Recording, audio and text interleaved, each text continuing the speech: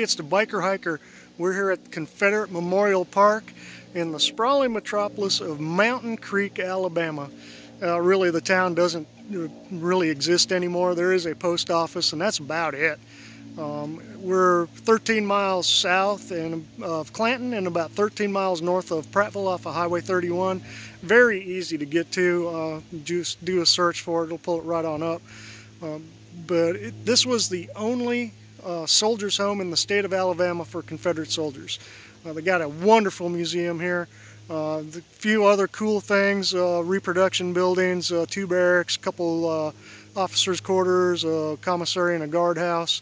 They do some living histories throughout the year down here. And they also have a really nice school day presentation and skirmish at the tail end of April.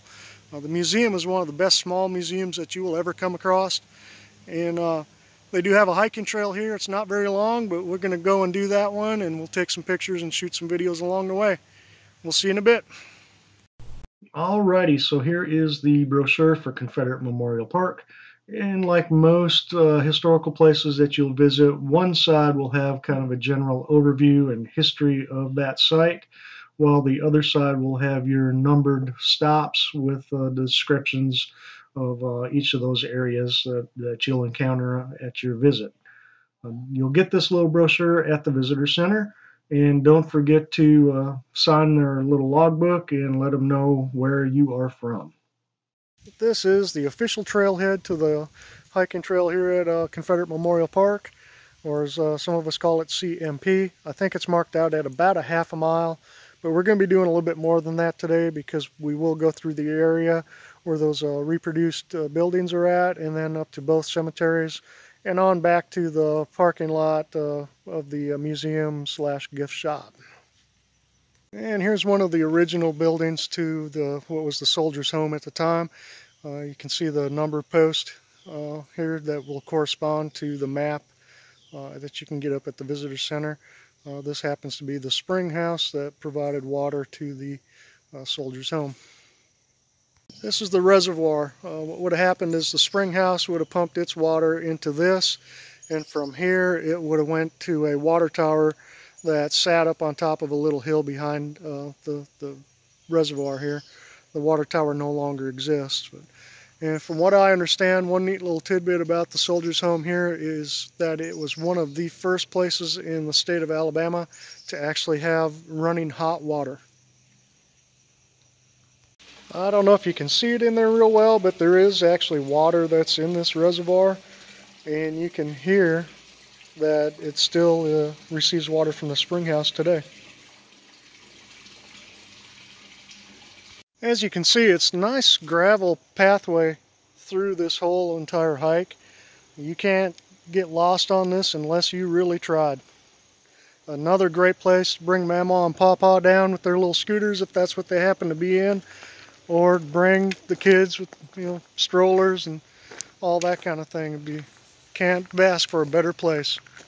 Okay, so we're out of the nature trail now, and according to the All Trails app, from the parking lot to the end of the official nature trail hike is 0.7 miles.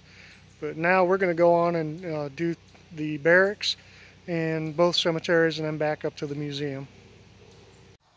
Okay, so we've come out into the reproduction building area, living history area. There's the 2 officers' quarters. We've got a barracks there, a provost house, the commissary, and then the other barracks. Like I said in the opening, there is a school days living history presentation at the tail end of April each year with a skirmish on Saturday.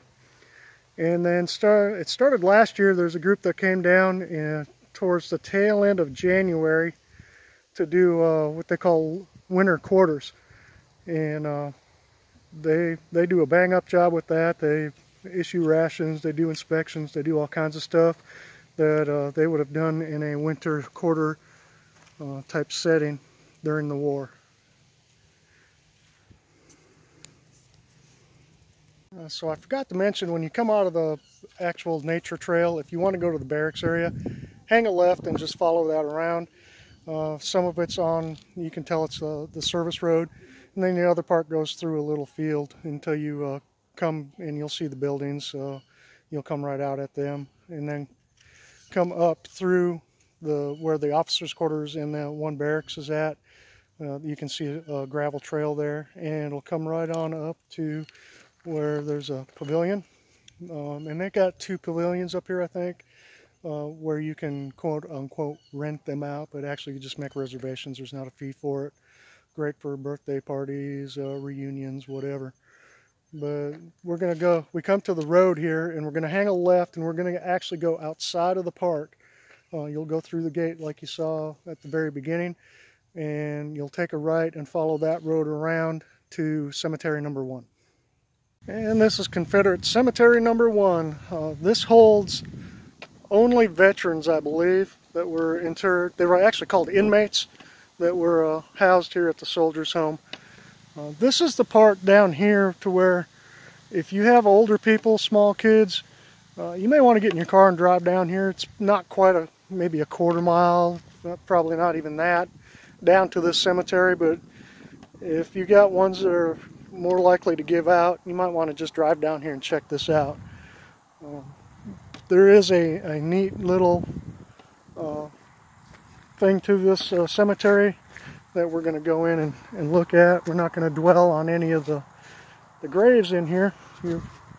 And I'm not sure how many are in this cemetery. There's 296 total between the 2 cemeteries.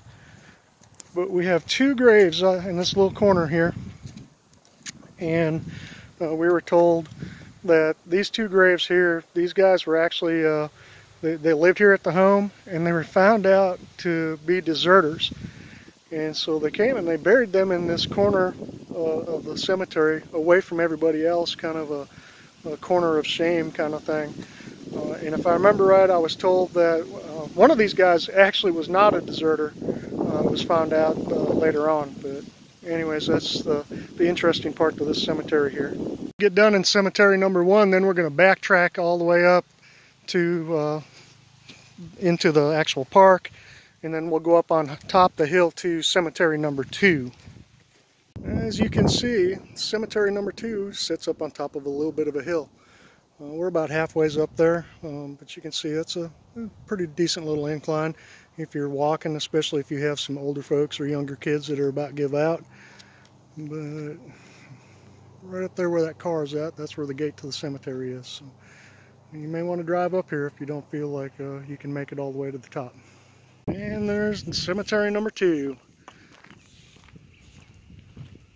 Nice little gateway to come through.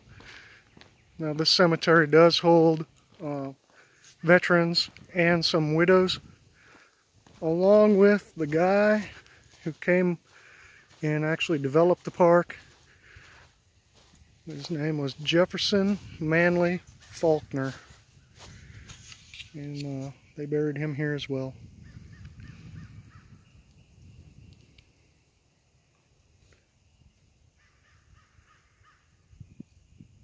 Very quiet up here, as most cemeteries are.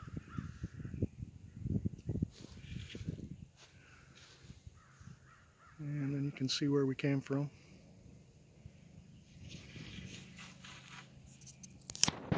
That ends the hike here at Confederate Memorial Park.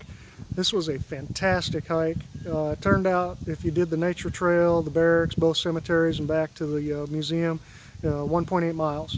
It's all pathway, or on paved roadway, so you cannot get lost out here. It's a physical impossibility for you to get lost out here. Bring the kids, bring the grandparents, bring whoever, dogs, you name it. Just keep them on a leash, pick up after them. But come on out, pack a picnic lunch, and enjoy the day, and really take in this little unique piece of history here in the state of Alabama. We'll catch you next time. All right, everyone, I really appreciate you watching this video and hope you found it useful. Please get out and visit this park. It is a neat little park to go check out. So don't forget to like, share, subscribe, all that good junk for YouTube. Please share this with your friends and really get the word out on my hiking reviews. But until the next time, this is the Biker Hiker. Ride safe, hike safe,